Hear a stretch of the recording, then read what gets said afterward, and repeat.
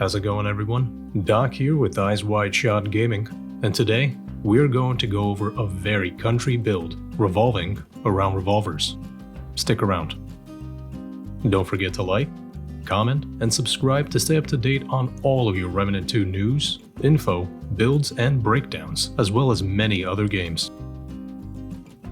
We are so close in our endeavor to 1,000 subscribers. Why not join us today on this journey? Before we jump right into the build, I do want to say there are a few variations of similar builds, but none that I've seen give you infinite skill use like this. Let's take a look. We will begin with our primary archetype, which is the new Invoker archetype. Our prime perk Visionary allows us to double our base skill charges for all archetypes, and our main focus, Skill Activation, reduces all skill cooldowns by 10%. Aside from that, our damage perk increases our skill damage by 30%, as well as its critical chance by 5%. For the main skill attached to this archetype, we are running Way of Kayula. This skill casts a tidal wave that deals 832 initial damage and drenches enemies in a rainstorm in a 45-meter radius. The enemies inside have reduced movement speed by 10%, as well as get shocked by lightning strikes, which deal just under 1,700 damage spread evenly amongst the targets.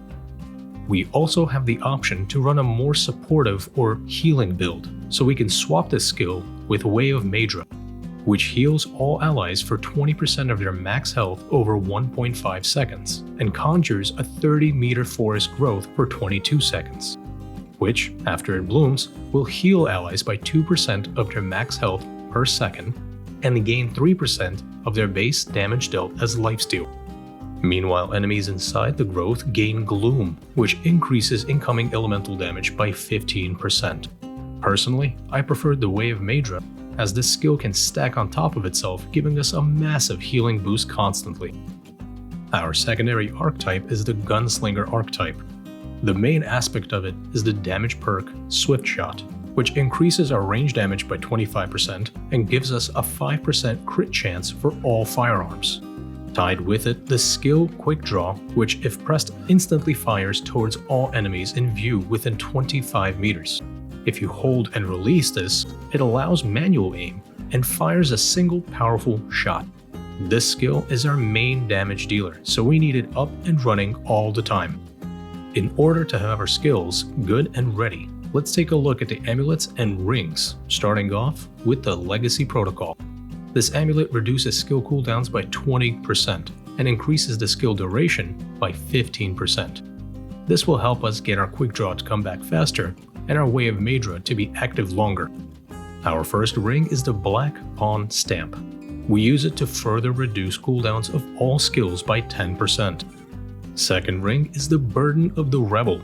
This reduces relic use speed by 25%, as well as reduces skill cooldowns by another 15%. We don't really use our relic heart often, so there's no real drawback. The third ring we have on is the Burden of the Sciolist. With this ring, we have our ammo reserves reduced by 20%, but increases mod and skill damage by 15%. Allowing us to do more damage with our Quickdraw, as well as our Monolith Sandstorm, which gives us another 15% increase to all damage. Our final ring is the Shade Stone. This ring increases skill damage by another 15%, giving us more damage on our Quickdraw skill. Now let's move on to our weapons. The secondary weapon we have on is the Corrupted Meridian. This weapon is interchangeable and will rarely be used, as our main focus is our skills and their damage. As is the melee weapon interchangeable, so we figured to go more for an aesthetic look with the Hero Sword. Our primary weapon is the Monolith. This weapon is an all-around solid long gun, but the main reason for us running it is the Sandstorm mod, which launches a sphere of loam and creates a 7.5 meter swirling storm of sand which seeks to center itself on enemies. This sandstorm causes the target it is hitting to be exposed, which allows us to deliver 15% more damage from all sources. With this weapon, we are running the Spellweaver Mutator.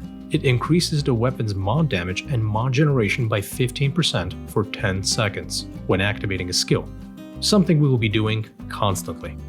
Activating this weapon's mod will in return reduce skill cooldowns by 1% for every 100 mod power spent, so we will reduce our skill cooldowns by another 10%. The relic heart we chose is the Profane Heart, mostly for its innate 3% lifesteal bonus. With it, we have mod and skill cast speed, skill damage, and again, skill cooldown.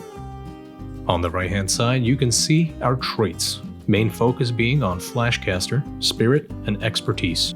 And for added protection, we can swap Swiftness with Leech.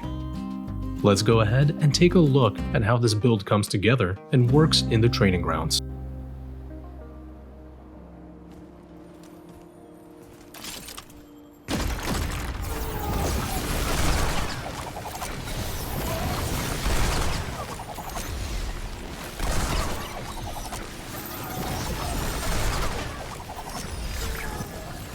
So as you can see, we threw in the Sandstorm, dropped our heals, and unload our Quickdraw. When one skill is used, the other is regained and back and forth. For added skill cooldown, we can drink a concoction that lowers it by another 10%.